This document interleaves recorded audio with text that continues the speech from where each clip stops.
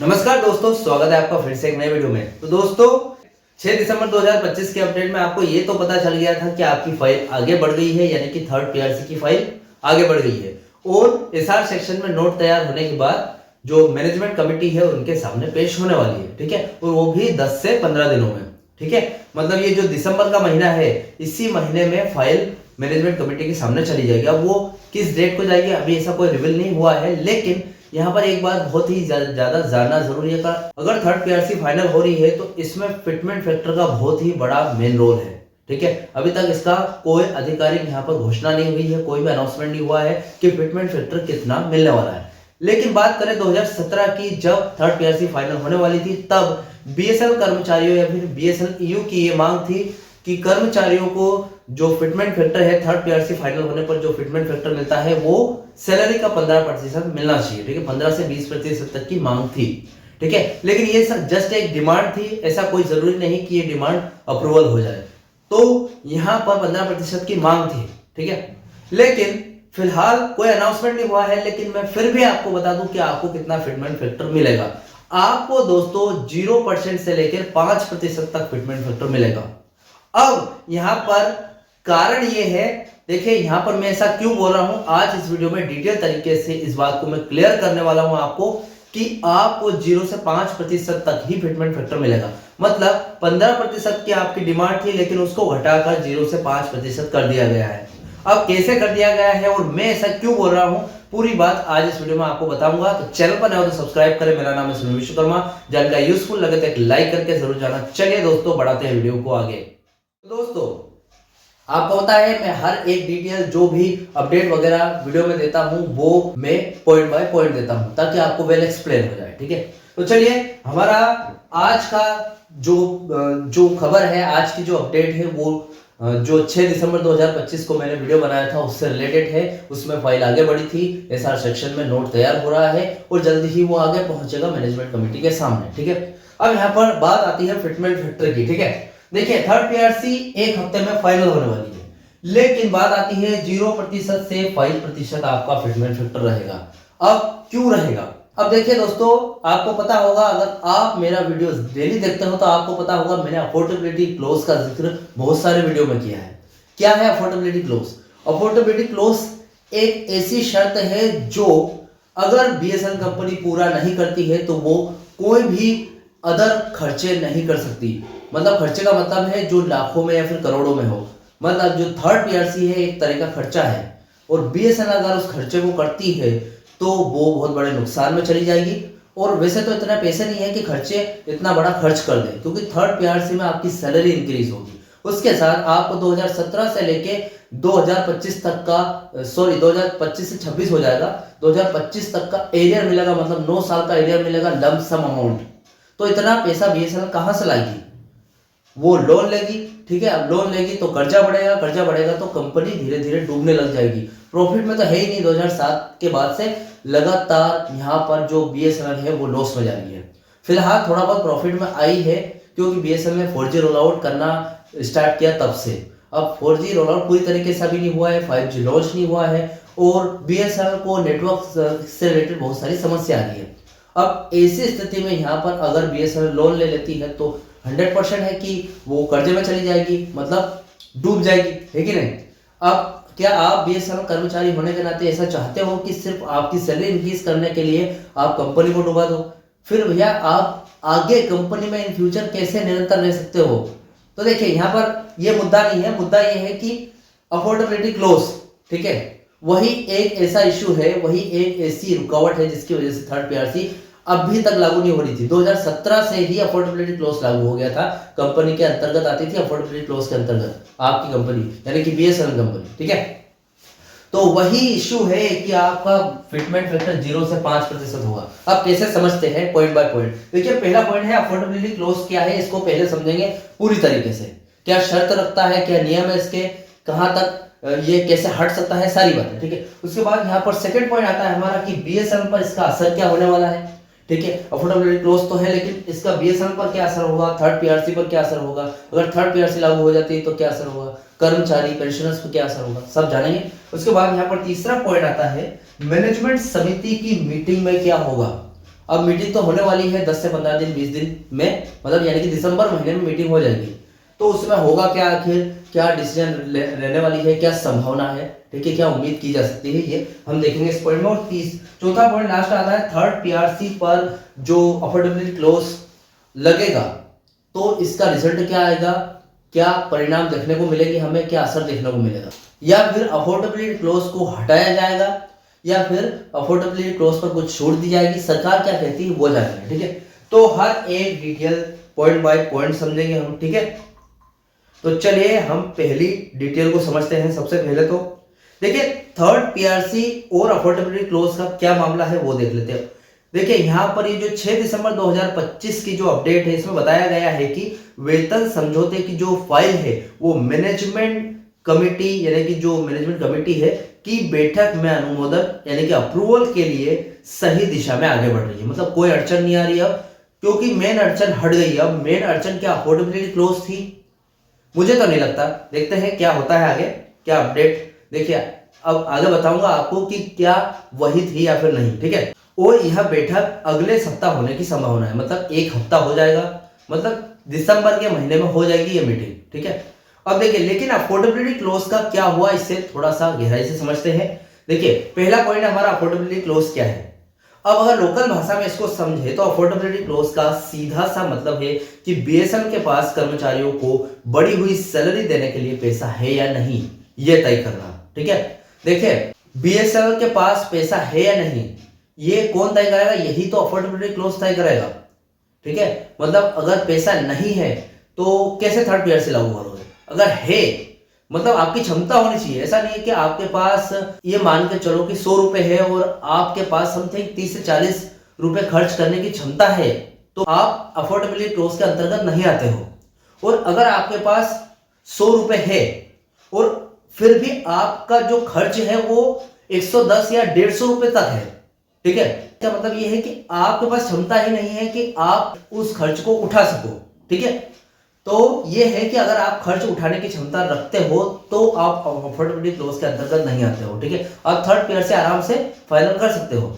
अब यहाँ पर देखा जाए तो कंपनी को जितना फायदा हो रहा है उससे कहीं ज्यादा करोड़ों अरबों रुपए का यहाँ पर ये जो थर्ड पीआरसी की लागत आएगी, मतलब जो भी खर्चा है वो इतना आएगा।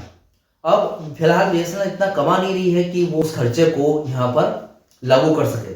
अब देखिए शर्त यह है कि थर्ड पीआरसी वेतन संशोधन जिसको बोलते हैं की सिफारिशें केवल उन्हीं सेंट्रल पब्लिक सेक्टर इंटरप्राइजेस यानी कि सीपीएसईएस पर लागू होती है या फिर होनी थी जिन्होंने पिछले 3 वित्तीय वर्षों से लगातार मुनाफा कमाया हो या जिनके पास अपने संसाधनों यानी कि जो बोर्ड रिसोर्सेस से वेतन वृद्धि को वहन करने की क्षमता यानी कि अफोर्डेबिलिटी हो। अब सिफारिशें कब थी, 2017 से ही सिफारिशें थी कि ये होना चाहिए और अफोर्डेबिलिटी की शर्त थी, ठीक है। अब हमारा सेकंड पॉइंट आता है यानी कि बीएसएनएल पर इसका असर क्या पड़ता है वो देख लेते हैं। देखिए बीएसएनएल की फिलहाल की क्या कंडीशन है वो देखते हैं। 6 दिसंबर 2025 के आसपास बीएसएनएल अभी भी वित्तीय संकट यानी कि फाइनेंशियल क्राइसिस से पूरी तरीके से उभर नहीं पाया था और शायद मुनाफे की शर्त को पूरा नहीं कर रहा था, ठीक है।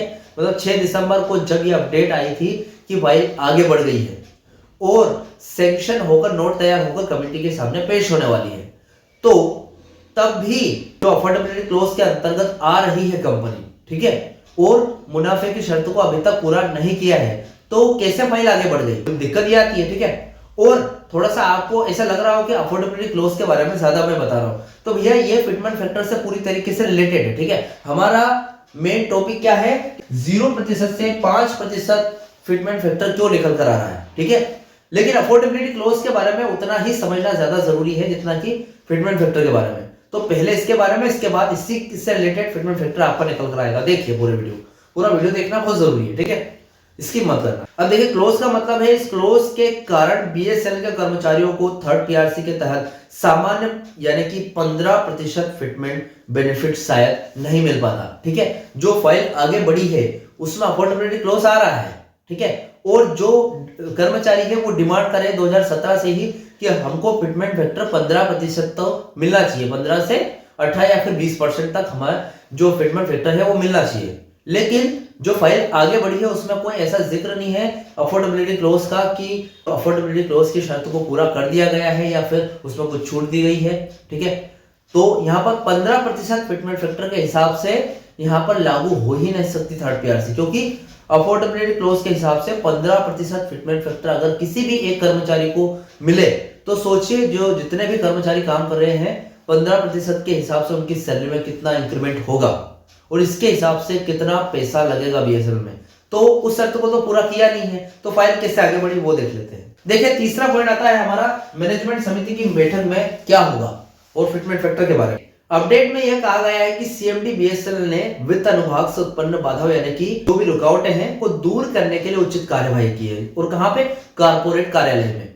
ठीक है, अब यहां पर अफोर्डेबिलिटी क्लोज से इसका संबंध क्या है, ये बाधाएं यानी कि लगभग निश्चित रूप से अफोर्डेबिलिटी क्लोज से जुड़ी हुई थी। वित्तीय अनुभाग को यह सवाल उठाना ही था कि क्या बीएसएनएल क्लोज की शर्तों को पूरा करता है या नहीं।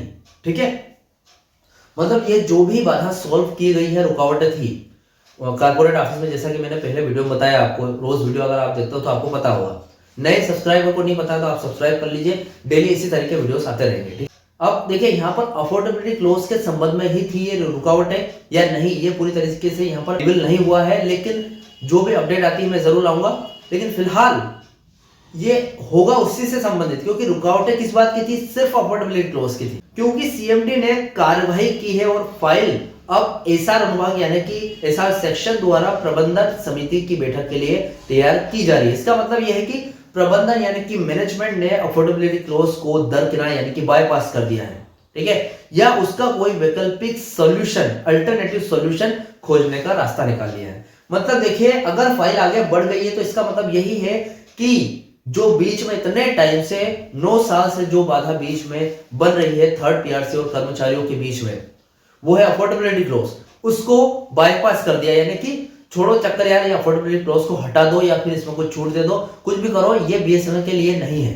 ठीक है, हटा दिया और पहले थर्ड पीआरसी लागू करो। कॉर्पोरेट ऑफिस में जो सीएमडी साहब ने ये किया है, या फिर सेकंड ये आता है कि कुछ भी ऐसा अल्टरनेटिव सॉल्यूशन खोजा है जिससे अफोर्डेबिलिटी क्लोज रहने के बावजूद भी थर्ड पीआरसी फाइनल हो जाए।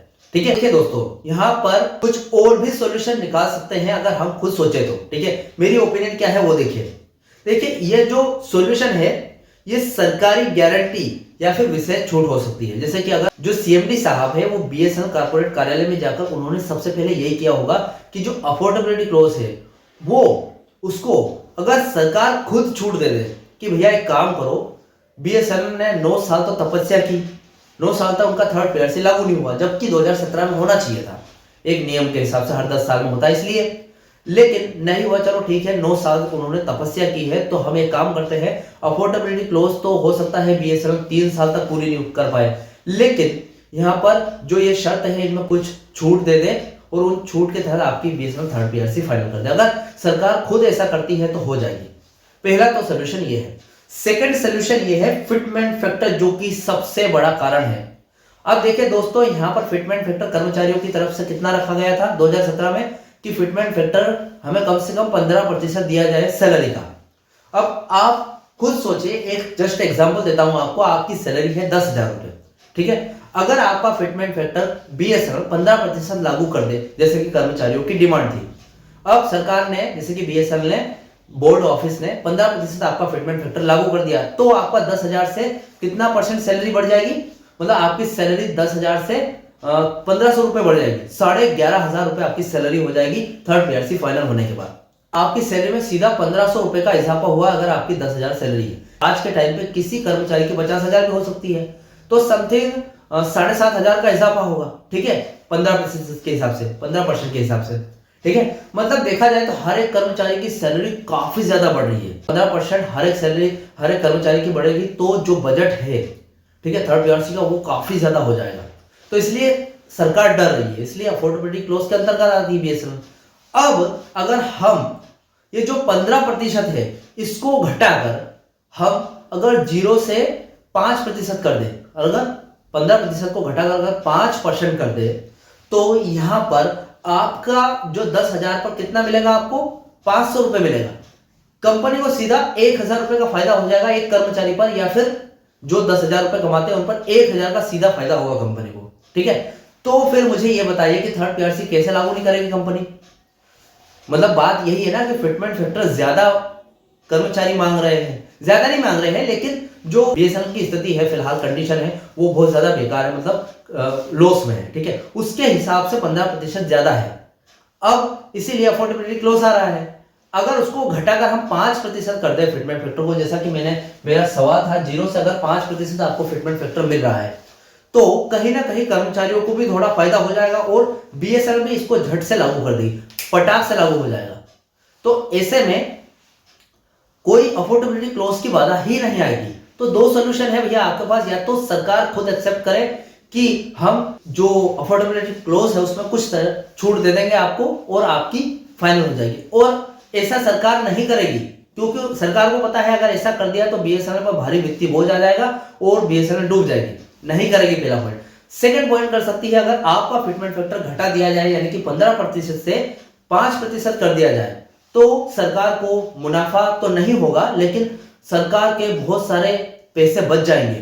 तो सरकार खुद भी सोच लेगी कि यार चलो ठीक है, छोड़ो अफोर्डेबिलिटी क्लॉज को, 5% फिटमेंट फैक्टर हमने अगर इनको दे देते हैं, उनका थोड़ा बहुत फायदा हो जाएगा और हमारी भी कंपनी डूबने से बच जाएगी, ठीक है। अब आप बोलोगे 5% फिटमेंट फैक्टर दोगे तो यहाँ पर बोझ नहीं पड़ेगा कंपनी में, पड़ेगा, लेकिन यहाँ पर कुछ प्रॉफिट भी कर रही है कंपनी, उससे वो बोझ धीरे धीरे उतर जाएगा। सीधी सी बात है। सेकंड पॉइंट बहुत ही अच्छा है, ये मेरा ओपिनियन है जस्ट।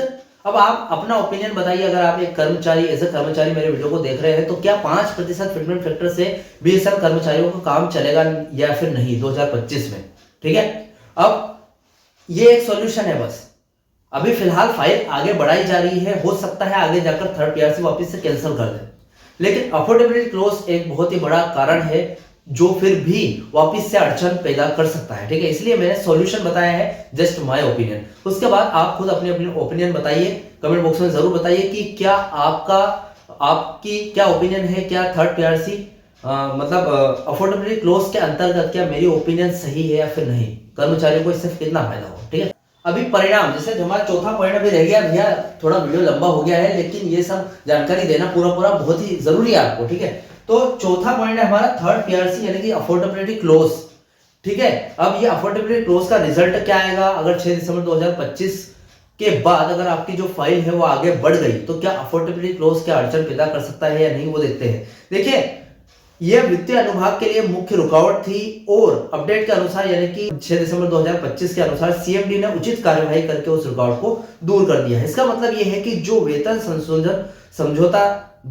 समझौता था, अब मैनेजमेंट समिति यानी कि मैनेजमेंट कमेटी के बैठक में जा रहा है, वह किसी न किसी रूप में अफोर्डेबिलिटी क्लॉज की शर्त को पार कर चुका है, ठीक है, जिससे इसे अनुमोदन यानी कि अप्रूवल के लिए बढ़ाया जा सकता है। देखिए, यहां पर इस अपडेट के हिसाब से तो यही बताया जा रहा है, 6 दिसंबर 2025 को बताया गया कि आपका जो फाइल है या नोट तैयार होकर डायरेक्ट कमेटी मीटिंग में जा रहा है, ठीक है।